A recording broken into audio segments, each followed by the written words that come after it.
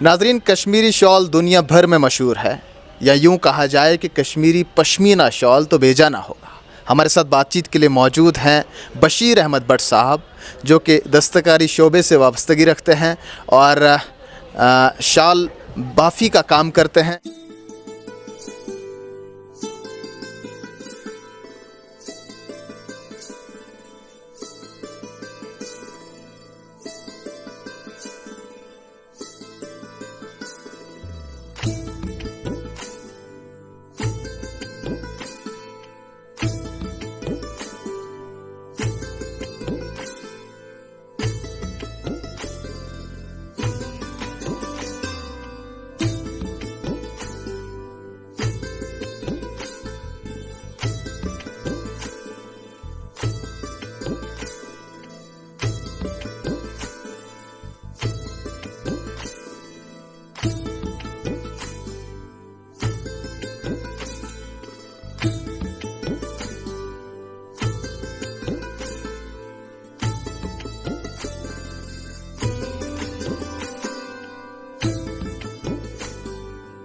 ان سے بات کریں گے۔ بہت بہت شکریہ اپنا قیمتی وقت دینے کے لیے۔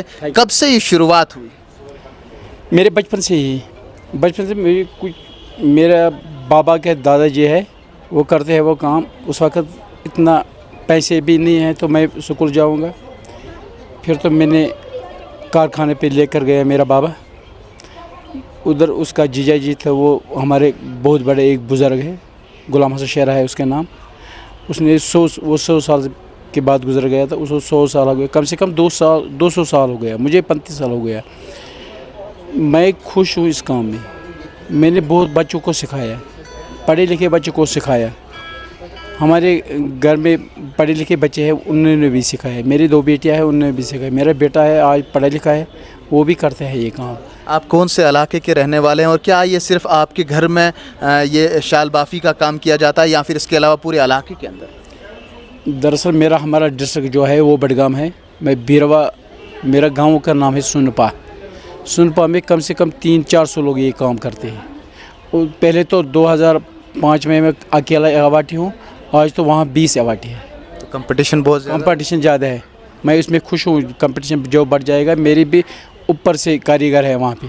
تو ناظرین، بشیر احمد بٹ صاحب جو کہ بڈگام ضلع کے رہنے والے ہیں، انہیں قومی سطح پر 2 بار اعزاز سے بھی نوازا گیا ہے، ایک مرتبہ 2005 میں اور دوسری مرتبہ 2018 میں۔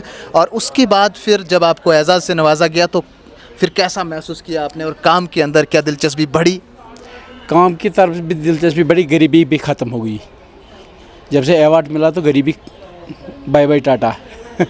اور بڑا اس میں کام کیا تو زیادہ کام کیا۔ پہلے تو دلالوں کی کام کرتے ہیں، جو باپاری ہیں یہاں پہ ایکسپورٹر ہوتا ہے ان کی کام کرتے ہیں۔ آج تو میں اپنا سامان بناتا ہوں۔ کتنا وقت لگتا ہے ایک شال کو بنانے میں، اور ایک شال کو بنانے کے لیے جو دھاگا ہوتا ہے یا کپڑا ہوتا ہے وہ کہاں سے آتا ہے؟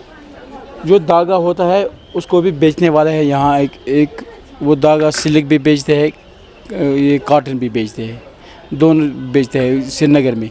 جو اس کو خاکہ اس پہ ڈالتے ہیں، جو نقشہ ڈالتے ہیں، جی، پرنٹ۔ ہاں، پرنٹ ڈالتے ہیں۔ وہ بھی ایک کاریگر ہے، اس کو کہتا ہے نقاش۔ وہ پہلے پرنٹ ڈالتے ہیں اس پہ، بعد میں ہم اس پہ کڑھائی کرتے ہیں۔ کلر کرمشی ہم خود بناتے ہیں، ہم نے اس پہ ایکسپیرینس بہت کیا تو ہم تو کلر کرمشی خود بناتے ہیں۔ کتنا وقت لگتا ہے ایک پورے شال کو بنانے میں؟ 1 مہینے سے 3.5 سال تک۔ 1 مہینے سے 4 سال؟ 4 سال تک۔ مہینے بھی لگتے ہیں، 6 مہینے بھی لگتے ہیں، سال بھی لگتے ہیں، 1.5 سال بھی لگتے ہیں، 2 سال، 3 سال، 3.5 سال بھی یہ لگتے جو ہیں۔ شال ہے میرے پیچھے دیکھ رہے ہیں ہم، تو اس میں یہ سالوں کا کام ہے۔ جی، یہ سالوں کا کام ہے۔